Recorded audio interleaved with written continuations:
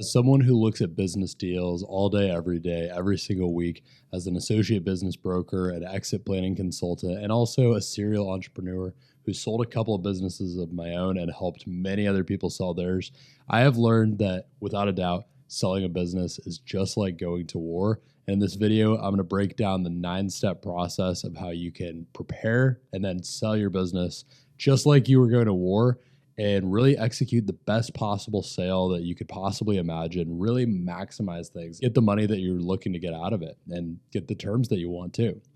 The thing is, when people go into selling their business, usually they've never done it before, and they really come across a lot of issues because they just don't understand what the landscape is going to be.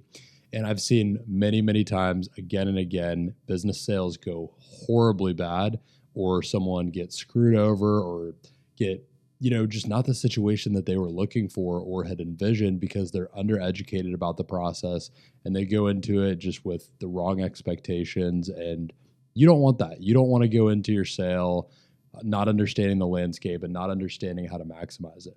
So in this, I'm going to break down the 9-step process of how to prepare and sell your business. I'm also going to break down some stories of business sales that I've actually seen happen. So I'm going to break down some stories of business sales for you. I'm also going to break down some lessons that I've learned in each category, just from going through these things on my own, seeing other people go through them, guiding them through them. And I'm going to break down, things like deal structures that you should look for, things you should be open for, what to expect, and ultimately just how to get the most out of your business sale. So that being said, the first thing I want to talk about is my story. My name is Brody Vincent, and I learned all of this really the hard way. My father passed away a couple years ago, and when he did, he left behind him a 20-plus-year-old business. Now, after 20 years of hard work, you would think this business would be worth a lot, and it was doing really well. It was doing over $1 million a year in sales, and it had multiple people working for it. It had a brick and mortar location, and also he was traveling all over the state before, and he had kind of removed himself a little bit, but he really hadn't figured out a lot of the things that I'm going to talk about in this video yet. And when he did pass away unexpectedly, he left behind a business that really had almost no value. This was shocking to me when I went to sell this business because I had another business going, which I'll get to a little bit later, and I'll explain how that all relates. But I had another business taking off, so I had to sell his business.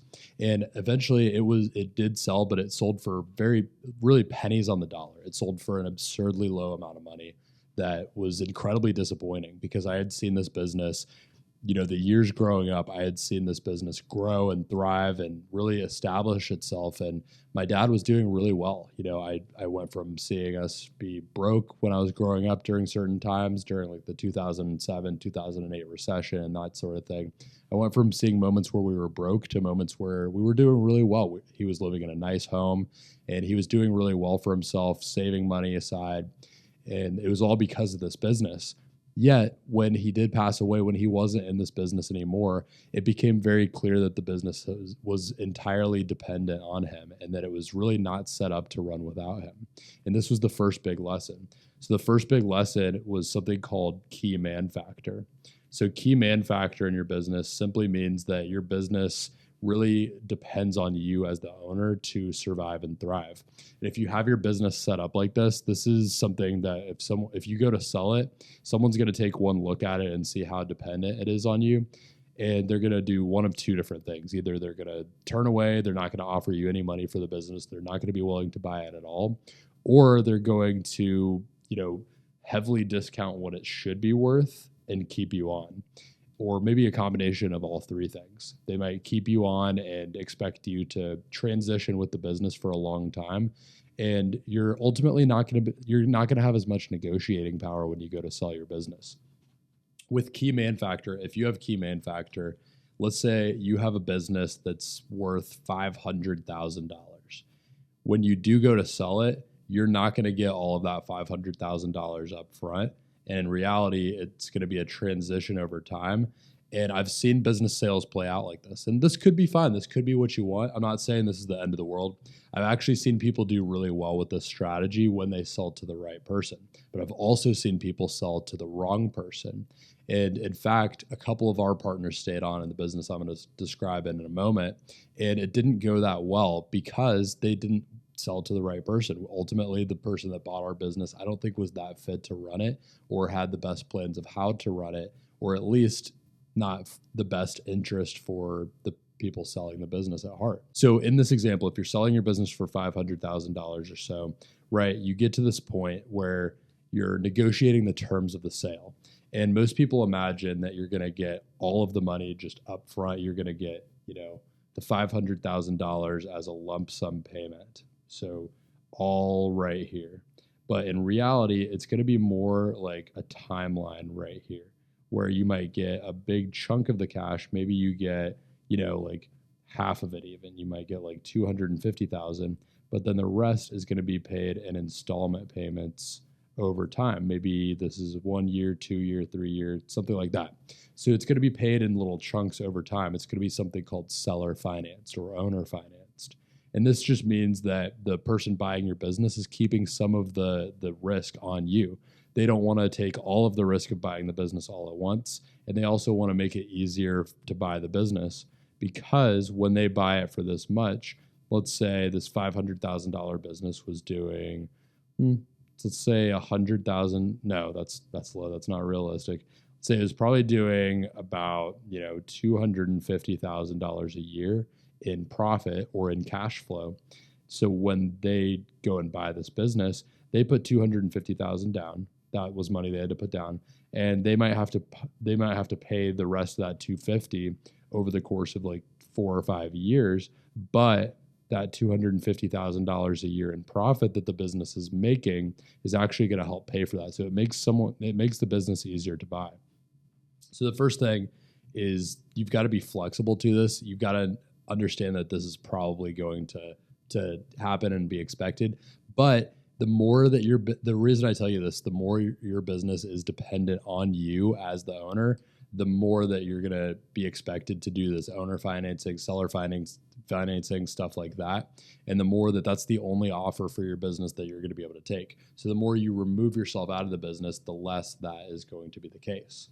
So that's really the first big lesson I learned. See, my dad's business suffered from something called key man factor. And I learned this the hard way trying to sell it.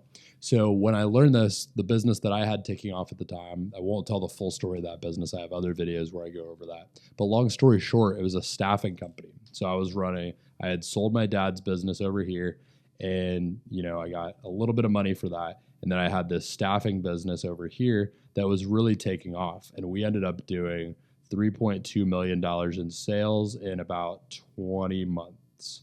So when that business took off, obviously I didn't have time for this business over here, couldn't really step in, didn't really plan to, and had to be allocating my time over here for this business. So I was focusing on this. And because of those lessons that I learned with the key man factor, I realized very quickly that I couldn't make this business dependent on myself either. So what we did, and the first thing I want to go over here, step one, I would say, is really locking your forces down. So I'm going to say, let me go back over here, kind of clear this off for the steps that we're going to go over. The first step that I want to go over with you is locking your forces down. So just like you were going to war, you need to make sure that your forces are ready for what's coming. So there's kind of a delicate balance here, but you don't want to scare your people when they find out that you're going to sell your business. You want to have your narrative ready, and you want to be able to communicate why this is going to benefit them, or you want to just kind of set things up so that there's a very quick transition. Maybe no one's alerted. Maybe they don't even feel the difference, and they're not really too worried about it.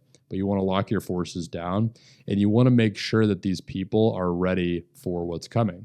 But the second step is you have to start actually documenting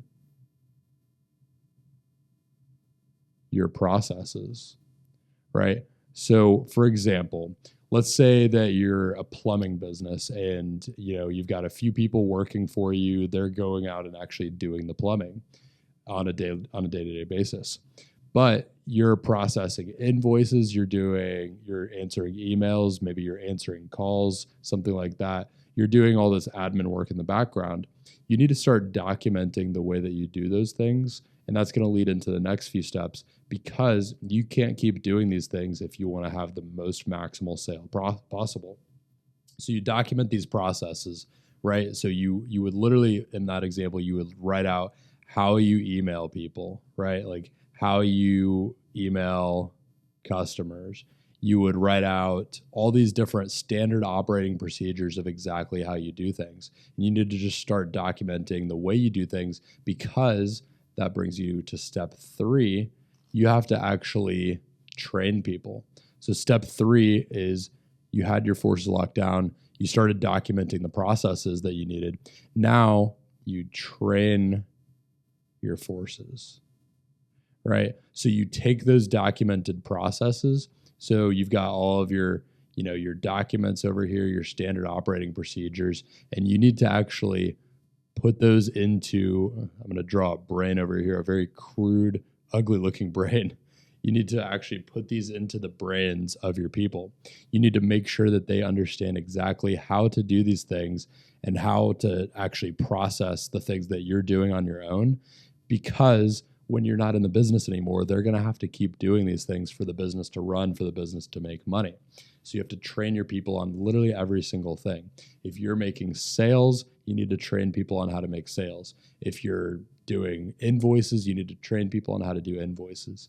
And a little key on this is the thing that I think a lot of business owners get wrong, and ones that I've coached very intimately and asked these questions and gone through these concerns. A lot of people struggle to give trust at this point. They think people aren't going to do things right.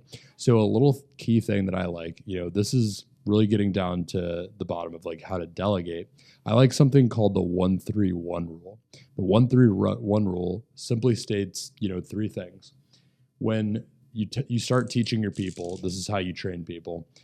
When they come to you with a problem, rather than just giving them the solution, you ask for 1 clearly defined problem, then 3 possible solutions, and then 1 recommendation. So they've given you a clear problem, they've given you 3 potential solutions, and then they've given you their 1 recommendation of how they would handle it. And what you're going to start noticing is that they actually start to solve these problems on their own, and they become independent thinkers. And the more you make your people independent thinkers, the less they rely on you.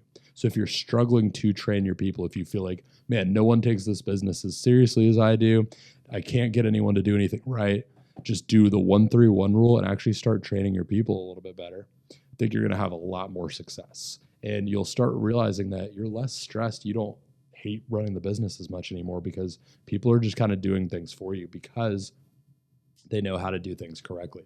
You have to really take time. And I see so many people get this wrong. They don't train their people.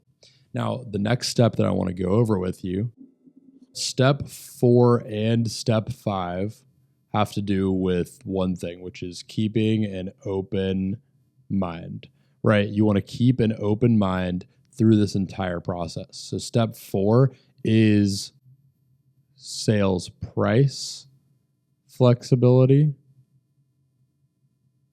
And step 5 is sales terms flexibility. So these kind of go hand in hand, but you need to figure out how flexible you are on the sales price itself and how flexible you are on the sales terms. So these are 2 totally different things. One is, what is the actual price of your business? Like, what is it going to sell for? Is it going to sell for $500,000? Is it going to sell for $1 million? How flexible are you on that? If you wanted to sell for $1 million, would you take 800,000? Would you take are you shooting for 1.2 million? Like, are you flexible on that price? Or how much would you be willing for that price to go down and still take it? You have to decide how flexible you are ahead of time. The next thing is you have to decide how flexible you are on the terms. This is like, how long are you willing to stay around? Are you willing to stay around for 1 year to train someone? Are you willing to stay around for 2 or 3 or even 5 years, right? The more flexible you are on this, the more likely you're going to get a higher price overall. And that could help you maximize the value of your sale, right? So you have to figure out how flexible you are on price and terms. And I would encourage you to be flexible on both, because there's something called the law of price and terms that comes into play here. So the law of price and terms simply states the law of price and terms simply states that the better, if you've got good terms, then the price can come down. Or if you've got bad terms, the price should go up, right? Terms, if you have to stay on for a long amount of time, then you should ask more of the price. If you don't have to stay on for very long, if you're staying on for a very short amount of time, then your price is going to go down as well, most likely. So these kind of go hand in hand. These are just how flexible you're willing to be on the terms dictates how good the price is going to be, and so forth. So that's very important for you to understand going in, because the more flexible you are in both directions, the more likely it is that you're going to be able to make a deal with the person buying your business that they want to do, and ultimately make the best possible deal. The next step is, step 6 is what I call the battle plan. So your battle plan is really two things. This is finding buyers, and also the marketing process. And these go hand in hand. So there's a couple different ways you can do this. If you go to a business broker like myself or someone else, then they're probably going to list your business and also, distribute it out to their list. And the real thing here is, like, whoever's helping you sell your business, whether you're selling it yourself or whether you're going through someone else, the prime determinant should be how many buyers can they generate. If you go to someone who has a massive network of buyers, it's more likely that they're going to be able to get a better deal for you, because the more buyers that you have coming to the mix, simply the better possibility there is of doing a better deal. Now, the marketing is just how you get the opportunity in front of them. Now, I've got a whole nother video where I go over the specifics of the marketing process, but the big thing for you to know is you want to present your business in the most opportunistic light. You want to think about what all opportunities there are in the business. And typically, a business broker or anyone helping you out is going to put together something called a confidential information memorandum, or a CIM for short. This is just a fancy word that means, the marketing brochure of how to sell your business. This is going to help you find buyers and actually communicate the opportunity to them, and potentially communicate the opportunity to a lot of different buyers, which can drive up your price and potentially even get a bidding war going on your business. And I'll tell you a story. We sold a business recently that was actually evaluated at $19 million, but we sold it for $30 million because there was just so many buyers that wanted it, because our network was so good. And it's so important that you look for someone that has the right network for your particular business. So ask questions about that. Now, once you've got your battle plan in place, the next thing is what I like to call dictating the narrative. So your narrative is a few different things. Your narrative is, where's the business going? Where's it going? Right? The opportunities, the growth trajectory, why it's likely to keep doing well in the future. Because as we know, people buy businesses not for what they did in the past, but what they're going to do in the future. So where's it going? Why are you selling? There's so many different questions that someone's going to ask you when you're selling a business, but where's the business going? Why are you selling? These are things that you should actually rehearse with trusted people, whether that be a business broker, whether that be your friends and family. You should actually rehearse the answers to these questions so that when someone asks you, you actually are able to communicate them well. Especially if you're someone who's not really used to these high pressure situations, which many people aren't. If you're not used to high pressure situations, if you're intimidated by these people that, are potentially throwing all this money around or have bought businesses before, then you want to be confident in your answers. So where's the business going? Why are you selling? And what about the people on board? What about the employees? And what about the customers. Are the customers going to stay on? Are the employees going to stay on? How is that going to work? How's the transition going to go? You need to be confident in these things, and you need to be able to actually dictate what your narrative is. And I would encourage you to actually take the first step in talking about some of these higher points, but also just be ready to answer any questions that come of you in a really confident way, a well-rehearsed way, and all that kind of thing. The next thing that you've got to do, so step 8, is simply recruiting your hero. You want to recruit a hero that can take you into battle. A lot of times you think of these wars that have happened in the past, and there's been these heroes that have rung through the words of history, and we know people like Alexander the Great that have won all these wars, that conquered all this land. But what you don't know is a lot of times they had these heroes that were in the background that were actually helping to take them into battle, to strategize, and to do all these things. So your hero, really, I would encourage you to have a few people on your team, but your hero could be a business broker. It could be an exit planning consultant.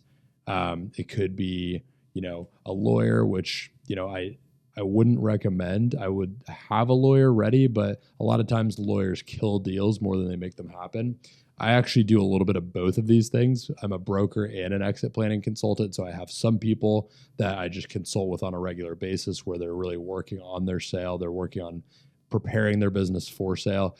I also sell businesses directly as a broker, but both of these can be very helpful. Both of these help you get through different stages. Your exit planning consultant is going to help you do things like getting your systems and processes in place, helping lock down people, have these conversations, practice some of these conversations.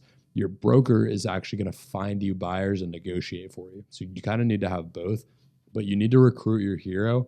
And there's a few things to think of. I mentioned, list of buyers, right? You need to go to someone with a good network. They need to have actual buyers in their network that could be a buyer of your business. So you should ask questions and really qualify the best hero that has a good list of buyers that can take you into battle.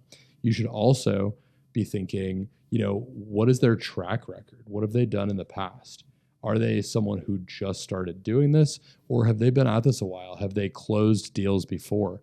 Ask them about those deals. Ask what kind of terms were attached to those deals if they're able to talk about it. Ask questions about this. Interview your hero, get to know them a little bit so that you can make the best, most informed decision. So be smart when you're recruiting your hero. And then the last step 9, is what I like to call going on the offensive, because you don't win wars by just sitting around and waiting for them to come to you. You go on the offensive and you actually start to do something right. So we talked about all these different things, right? You always have to take action. You have to take action by actually taking the next step and going and doing these things. So many people just sit around and they never take action on these things. Even if they know that they're the thing to do, they never take actions on building their systems, right? They never take action on having conversations with their employees about moving up, about taking on these new responsibilities. They never have conversations with a potential hero about how they're actually going to do this. They never get this person lined up, and they fail to take action. They never put together a marketing plan to actually go and find these potential buyers and market the opportunity to them. And then they go into this blind and they usually get nowhere. So many people, in fact, about 80% of people that try to sell their business end up failing because they just don't take action on a lot of these things. And the education is all out there. You're watching this for free on YouTube, and I'm teaching you exactly how to do this, but the odds are you're probably not going to take action on it. Just the majority of people won't take action on this because that's just what the stats say. 80% of people won't take action. They'll never sell their business, even though they know the exact right things to do, even though I'm telling you exactly what to do. You'll probably never take action on it because the statistics just say that, 8 out of 10 people won't. But for you 2 people out of 10 that are listening, that are actually taking these notes, that are the executors, take action on these things. Go on the offensive. Go out there and proactively find potential buyers of your business, because you will sell for more if you're having these conversations ahead of time, if you're really mapping out the landscape. These days, aside from doing the business brokerage, I'm also acquiring businesses for a private equity company. And the smartest people I talk to are the people that come to me and they tell me, I want to sell my business. I want to sell it in like a year or two to you. So I'm talking to you now to figure out what you're looking for so I can go back to the drawing board and build the kind of business that you would like to buy. So my best advice to you is if you're trying to sell your business, build the kind of business that someone would want to buy, that someone would like to pay a lot of money for, because that's one that someone is going to pay the most money for. So if you've gone on the offensive, you built your systems, you've had these conversations ahead of time, you've recruited your hero, put a marketing plan together, and you really have a good, solid plan of action to take you into your business sale, you're ultimately going to get the best price for it. You're going to make the most money. You're going to create generational wealth with your business in a way that you never imagined possible. You're not going to be the business that was a key man factor, that like my father's business that was unable to sell for much money. Now it's on me to generate this generational wealth because he simply didn't know these things. But you could change that. You could be the difference maker in your generation by just understanding these things, putting them into place in your business, and actually figuring out how to sell for lots of money. So listen, I know I've thrown a lot of stuff at you, but if any of this has been helpful, I would love to have a conversation, no strings attached, just about what all of this would look like. So I put a link in the description of this video. If you want to talk more about how this applies to your specific business, I have these kinds of conversations literally all day, every single week with all kinds of people that are either trying to sell their business, right now or sometime in the future, just preparing them for what the actual landscape of what these things are, because I'm talking to people who are buying businesses all the time. I'm buying businesses personally. I understand this landscape. So I'd love to talk to you about what it looks like, hopefully help you out with your process of selling your business and just get you prepared to get the most maximal sale possible. So go to that link in the description, book a call with me. We'll talk about it and I'll figure out if I can help you with whatever your next steps are. I'm only really able to help people that take action and take that next step. So your next step, be the 2 out of 10, be in the top 20% of people that actually do sell their business, and be in the top 1% of people that actually take these steps and do it the right way, make the most money possible, and set themselves up for their future. Again, I hope this has been helpful, and I'll see you on the next one.